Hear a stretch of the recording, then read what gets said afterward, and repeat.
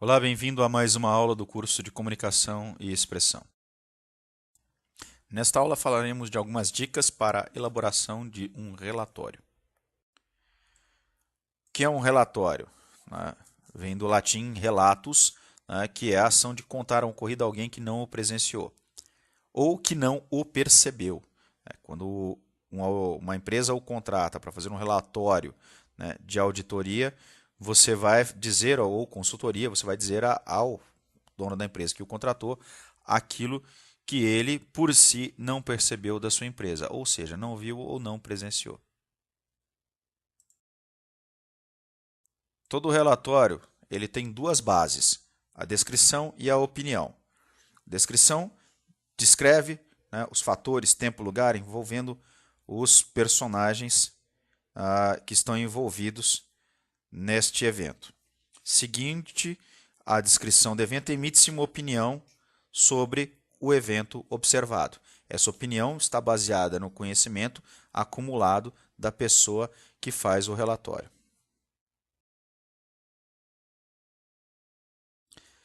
Esta descrição ela é fruto da observação, ela deve marcar a presença do tempo em que o evento ocorreu, o evento observado ocorreu, e o tempo em que foi feita a observação. E deve falar de fatos e pessoas específicos, sempre determinados e específicos. Essa observação vem do ato de entrar em contato diretamente com o fenômeno observado, utilizando os seus órgãos dos sentidos, que são audição, olfato, paladar, tato, visão. E como esses órgãos do sentido, como você percebe a realidade que foi explorada. Então, este é o relato que vai ser dado à pessoa. Envolve também o tipo de registro do fenômeno observado. Vai dizer o que foi observado, né? Então, de que forma foi observado e o que foi observado, qualificando este fenômeno observado. Se o fenômeno que foi observado foi uma auditoria das contas da empresa, se foi o hábito dos funcionários da empresa adotarem as normas padrão da empresa, etc.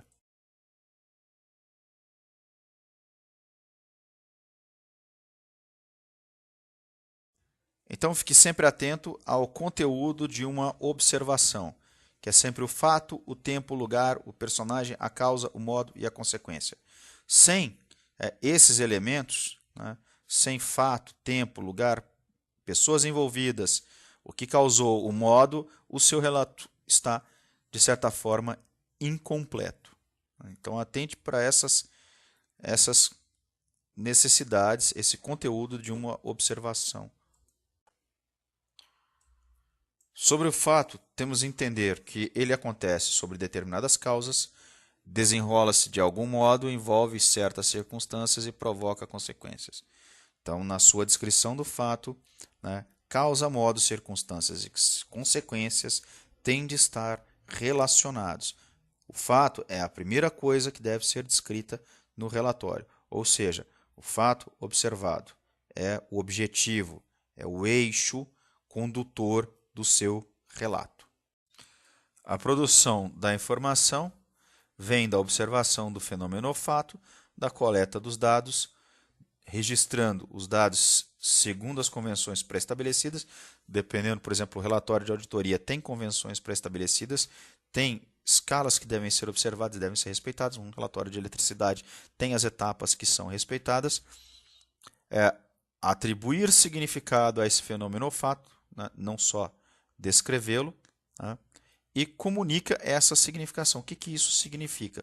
Vamos lá, você observou um fenômeno, né, você comunica o que esse fenômeno significa. Por exemplo, profissionais que não obedecem às normas padrões estabelecidas pela empresa. Fomos no almoxerifado, verificamos lá que o funcionário não usa o sistema de informática, mas ele simplesmente anota o que sai e o que entra do almoxerifado num pedaço de papel e só no final da tarde ele passa isso para o computador e às vezes ele acumula para o dia seguinte. O que significa isso? Que os controles internos desta empresa precisam ser revistos e que o funcionário precisa receber treinamento adequado. A sua observação pode acontecer de dois meios: observação direta ou observação indireta. Vejamos. A observação direta é feita no momento e no local em que o fenômeno ocorre. Vejamos um exemplo. Imagine um sujeito que vai fazer um relatório sobre um instrumento de precisão que controla a temperatura de um alto-forno de uma indústria. Ele vai ao local, ele observa o forno, ele observa o instrumento de precisão e ele compara esse instrumento de precisão com um outro instrumento de precisão que ele traz e vê se os dois estão calibrados da mesma forma. Assim, ele faz uma observação direta.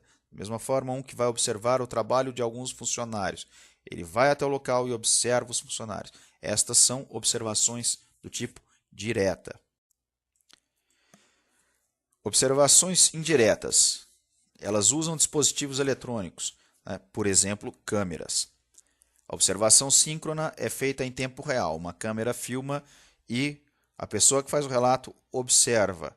Observação assíncrona é registrada pela câmera, gravada e os registros são analisados posteriormente. Sempre que você estiver fazendo um relato, você tem de dizer como é que o fenômeno foi observado. Se foi de forma indireta, se foi de forma direta, se foi de forma indireta, se foi síncrona ou assíncrona.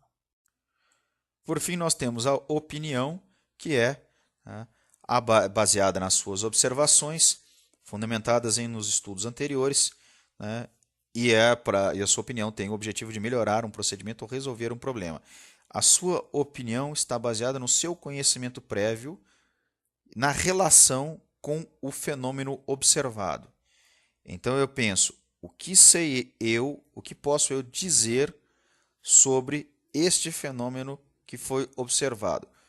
Como melhorá-lo, como aprimorá-lo, como torná-lo mais efetivo ou como dizer que ele está de forma incorreta e como consertá-lo.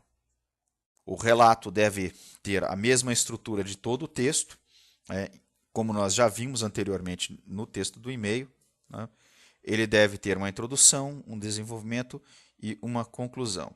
Né? Na introdução, explicação do que deve ser narrado, depois explicar as causas, fatos e pessoas envolvidas, tá?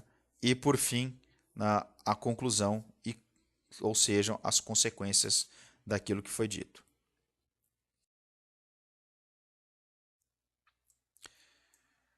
A descrição deve ser objetiva, ou seja, o narrador você deve escrever um relatório em terceira pessoa, observou-se, checou-se, viu-se, verificou-se na empresa que tais serviços eram ineficientes. Como assim? Você não toma parte na história. O observador, ele está lá só marcando presença como aquele que vê os fenômenos à sua volta, mas que não interfere, que não toma parte da história. No final, ele pode fazer a sua recomendação para que o fenômeno seja corrigido. A história tem que ser narrada com objetividade. Lembre-se da aula anterior, onde nós falávamos de frases simples, frases com encadeamento lógico, com eixos temáticos, argumentativo e, no caso da história, ele deve ser descrição objetiva. Os fenômenos devem ser descritos na ordem que aconteceram, eles devem ser escritos como aconteceram, né, segundo a sua observação. E conta os fatos sem deixar que sentimentos ou emoções transpareçam.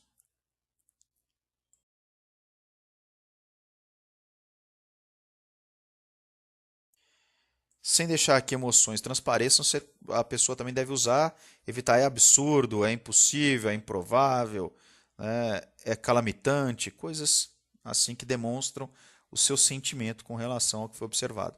Então, linguagem culta, correção gramatical, ausência de gírias ou termos regionais, riqueza de vocabulário, frases bem elaboradas, compõem a linguagem formal de um. A informação ela possibilita a tomada de decisão segura, ela confere maior possibilidade de sucesso a uma tentativa, torna claro processos e procedimentos e diminui a quantidade de incertezas sobre uma situação específica. Ou seja, é a partir da informação que sabemos que decisão vamos tomar, vamos pensar qual é a possibilidade de sucesso de uma tentativa de melhora desse problema, tornam claro quais procedimentos devemos adotar e ela minimiza a incerteza que temos sobre uma dada. Por fim, chegamos ao ponto crucial desse relatório, que é a informação versus opinião.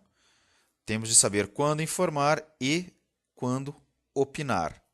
Sempre deve aparecer nesta ordem: informar e, em seguida, opinar. E tem de se saber o momento de usar a opinião ou informação que é estratégica. Ok? Então, sempre informa e opina no momento apropriado. Há também a informação mais opinião. Opinião sem informação é preconceito. Opinião pode constituir uma informação. Então, nunca opine sem antes informar sobre aquilo que você está opinando, sem antes informar causas e consequências daquilo que você está opinando. Então, explique para a pessoa que vai ler o relatório o conteúdo geral da sua opinião. Por hoje é só.